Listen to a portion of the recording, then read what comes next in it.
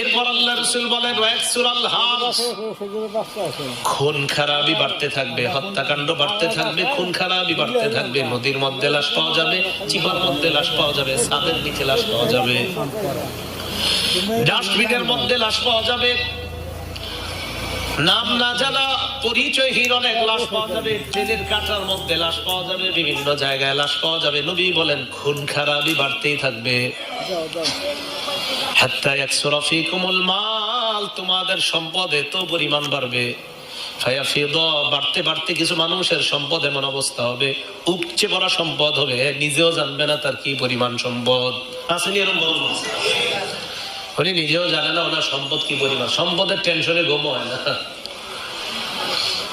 এখন এই হাদিসে জানলাম ভূমিকম্প কিয়ামতের আলামত।